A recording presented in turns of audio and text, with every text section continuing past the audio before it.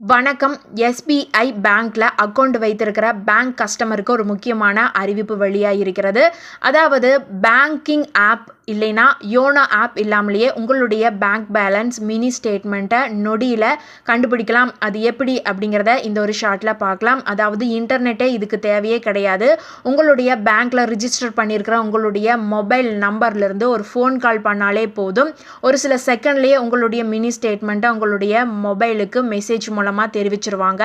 அதுக்கு நீங்கள் 9223866666 நம்பருக்கு கால் பண்ணணும். இல்லை அப்படின்னா மெசேஜ் ஃபார்மேட்டில் கூட MIS ஸ்பேஸ் அக்கௌண்ட் நம்பர் அப்படின்னு டைப் பண்ணால் உங்களுடைய மினி ஸ்டேட்மெண்ட்டை உங்களுடைய எஸ்எம்எஸ்க்கு அனுப்பிடுவாங்க.